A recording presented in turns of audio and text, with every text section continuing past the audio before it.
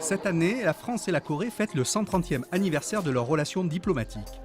C'est l'occasion pour Limoges, récemment jumelée avec la ville d'Incheon en Corée, de faire découvrir la culture et le savoir-faire coréen, notamment dans les arts du feu. La Corée a une culture riche, importante, et elle a comme nous, chevillé au corps, l'idée de la liberté et de la liberté de l'homme et un humanisme fort dans sa culture. Nous sommes vraiment dans le cadre de la route mondiale de la céramique, de l'année France-Corée, de ce qu'il y a de plus beau et de plus dynamique dans le monde à l'heure actuelle concernant tout ce qui sont les arts du feu autour de la porcelaine et de ce matériau que l'on travaille, non pas uniquement pour l'art de la table, mais bien au-delà, pour des productions artistiques de qualité. 2 expositions consacrées aux céramiques coréennes sont visibles cet été à Limoges. L'une est présentée par la Fondation Bernardaud et réunit les œuvres de 14 artistes coréens contemporains et présente environ 70 œuvres. La Corée a une telle histoire de la céramique que ce serait dommage que la Fondation Bernardaud n'utilise pas cette occasion pour en parler. La porcelaine fait partie de la famille des céramiques. Je vous rappelle que dans la famille des céramiques, il y en a 4. Vous avez la terre cuite, la faïence, le grès et la porcelaine. Et les Coréens travaillent ces 4 matériaux. Et dans toutes les expositions de la Fondation, nous aimons montrer à quel point les artistes contemporains utilisent la céramique comme médium, mais leur œuvre est différente en fonction du médium qu'ils vont utiliser. Quand vous utilisez de la terre cuite ou de la porcelaine, vous n'avez pas du tout le même résultat. Je dirais que le savoir-faire coréen est très spécial, dans le sens où ce n'est pas vraiment à propos de couleurs, de formes, mais plutôt de l'harmonie des deux. Nous avons essayé, avec Ye Young-cho, qui est le commissaire de cette exposition, coréenne bien sûr, de parler de la culture et de la société coréenne à travers la céramique, mais également à travers des photos, des vidéos, des installations qui parlent tout à leur façon de la céramique. The reason for choosing the artists who are in the show really is based on. Pour cette exposition, nous avons choisi ces artistes pour leur savoir-faire en matière de céramique coréenne, mais aussi selon les caractéristiques de Bernardaud. Ils ont des techniques que l'on ne connaît pas, qu'on ne sait pas faire. Ils ont des façons de travailler d'une façon extrêmement patiente, lente, laborieuse, qui nécessite du temps, et ça fait des œuvres extraordinaires. Et on a vraiment privilégié ces savoir-faire coréens. In Korea, during the Joseon Dynasty, which is 1392 onwards for about 500 years. En Corée, il y a quelques siècles, la porcelaine était une utilisation importante dans la vie quotidienne. Malheureusement, nous avons perdu cet héritage à cause de la colonisation japonaise. Nous avons retrouvé ce savoir-faire après 1958.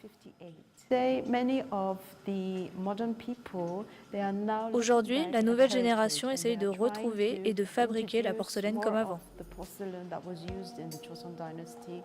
La seconde exposition est présentée au Musée national Adrien Dubouché et célèbre l'année de la Corée en France en présentant Corée 1886, roman d'un voyageur, qui s'articule autour de la figure emblématique du diplomate Victor Collin de Plancy. Cette collection, elle a en grande partie été rassemblée par un personnage très attachant, le premier ambassadeur de France en Corée, Victor Collin de Plancy, qui a pris ses fonctions en 1888 et qui s'est pris de passion pour cette culture coréenne, qu'il s'est attaché à mieux faire connaître en France. C'est son histoire que l'on raconte, son histoire personnelle et l'histoire personnelle qui a croisé l'histoire de la Corée à un moment tout à fait important, cette fin du 19e siècle.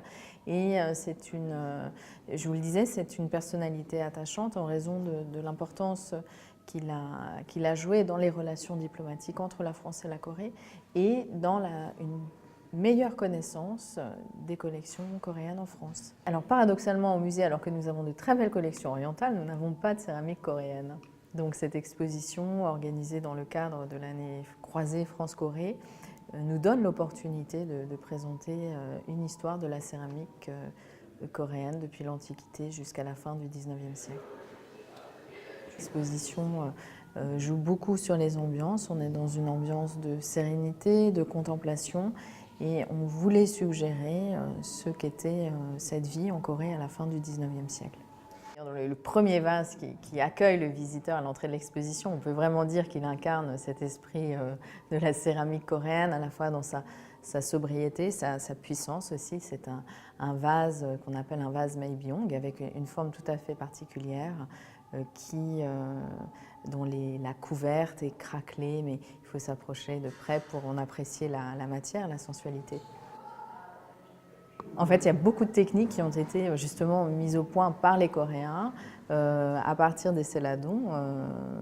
La technique des céladons est venue de Chine, mais ensuite les Coréens l'ont portée à un degré de technicité tout à fait unique. Et on a par exemple des décors à l'incrustation, décors que l'on appelle sangam, qui, lorsqu'on les regarde de près, sont des petits bijoux de réalisation.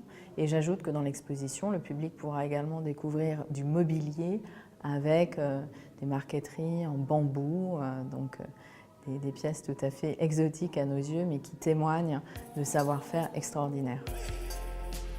Les visiteurs qui viennent pourront apprécier la beauté des œuvres, et certaines pièces sont uniques ou quasiment, comme ce grand vase au dragon qui n'existe qu'en 2 exemplaires dans le monde et que nous sommes très heureux de présenter. Corée 1886, roman d'un voyageur, on peut dire que tout est dit dans le titre. En tout cas, c'est donc l'histoire de ce personnage 130 ans après la signature du traité d'amitié et de commerce entre la France et la Corée.